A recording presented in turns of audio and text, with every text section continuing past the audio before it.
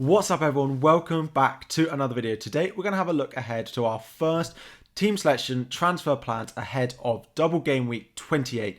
My team is up on screen here. We still have one game left to go in game week 27 where I did play my free hit. Let's say it's just not gone very well so far, but let's see how Burnley do in the final fixture. Down below me you can see I've got one free transfer and 1.5 million to play with, and yeah, my team is up on screen now. I'm looking pretty happy with it. I've got 6 double game week players in at the moment with Sarr in goal, Kilman and Dean, and then up front I've got Jimenez, Dennis and Watkins. Now originally I wasn't that happy with it. Dennis I'm still not that happy with, but he'll probably stay because of the double game week. I wasn't very pleased with the form Aston Villa have shown in recent weeks, but actually with their win over Brighton in game week 27, it's boosted my confidence in them a little bit, and Watkins getting back into the starting lineup and back in with the goals makes me a little bit more hopeful with the double of Southampton and Leeds especially that he might be able to get me some points. In terms of transfers, I think there are a couple of players that I am potentially looking at transferring out, and they both fall in my midfield. Fernandes, who is currently in my starting lineup away at Manchester City, that Manchester United nice fixture run that we've been targeting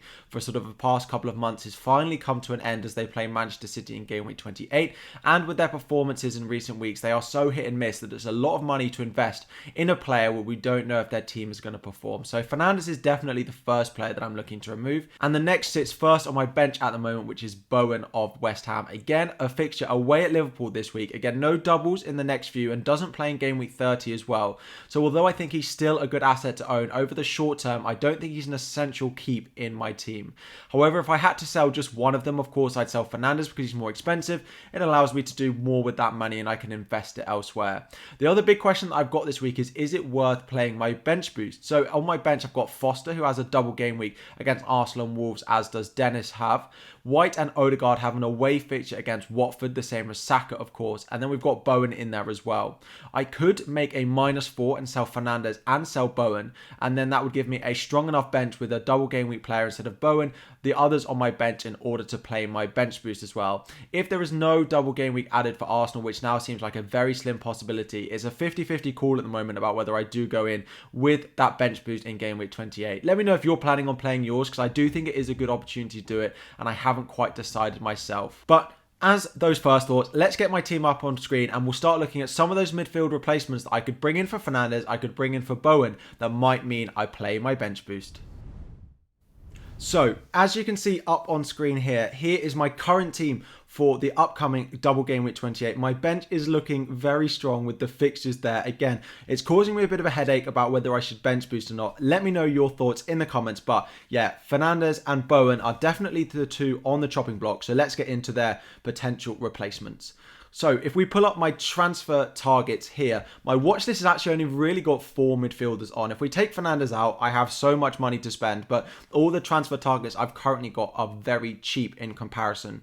The first 2 that we've got both play for Southampton. Now, Ward-Prowse, he's looked good in recent weeks. He hasn't got a return in the past couple of game weeks, but that's okay. They have a double game week now of Aston Villa and Newcastle before playing Watford at home in game week 29.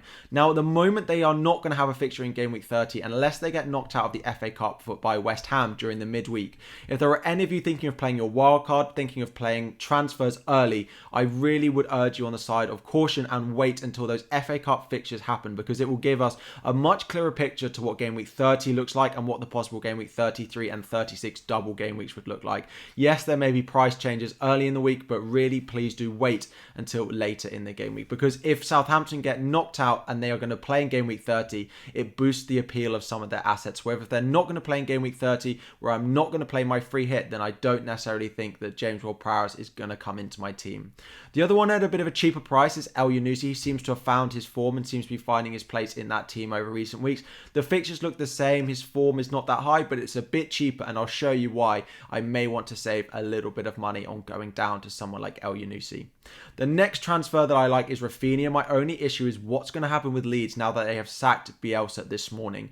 Is he going to be as free-flowing in terms of attack? Is he going to be as involved? What's it going to look like? Because they did have a manager who was great for Rafinha and great for Leeds assets because of the amount of goals they scored. But if that doesn't happen ongoing, do we really want their assets in our team? And the final one we've got is Coutinho. Again, all these players with double game game weeks as well as wanting to play in game week 30. So Rafinha is away to Wolves in game week 30 and has a double game week this week. Coutinho again has a double in game week 28 and a fixture in game week 30 against Arsenal. It's a really nice double this week of Southampton and Leeds at home with the form they showed in game week 27 against Brighton, potentially the one that I end up going for. The issue with going with one of these more expensive assets is my potential transfer next week. Dennis is likely to finally leave my team and I'm wanting to go and bring Harry Kane in here. And if I was to go for one of the more expensive assets like Coutinho, I couldn't afford it. Coutinho doesn't fit the price structure, which is why he's my top transfer target this week, but it affects my potential transfers next week. So if I was to do Fernandes to Rafinha, for example, I would be able to afford that and that would be fine for next week. I could also downgrade Bowen as well if I'm going to play my bench boost as well. So at the moment, I think it's probably not going to be Coutinho unless I go and take a -4 in order to sell Bowen as well, because I'm looking to Harry Kane in terms of bringing him in for his double in game week 29 of Manchester United and Brighton away, given the form that he has shown in recent weeks. The transfer this week is likely to be Bruno Fernandes out, and it will either be probably El Januzzi, James Ward-Prowse, Rafinha coming into my team. It could also be Jacob Ramsey of Aston Villa, but I don't think he's as explosive as I would want. I'm pretty happy with how the rest of my team is shaping up as well, so transfers really focused on that midfield and then potentially getting in Harry Kane up front ahead of game week 29 and then finally not needing to play my free hit in game week 30. So those are just some first transfer thoughts going into game week 28. I hope you find they're useful. At the moment, I'm probably planning on just making one transfer and saving my bench boost for that big double game week 36, but it could very well happen that I sell Bowen as well and play that bench boost for a -4. Let me know your thoughts, your questions in the comment section down below. Thank you all very much for helping me hit 16,000 subscribers. Again, onwards and upwards towards our next targets. I hope it's been useful. Thank you all for watching, and I'll see you again very soon.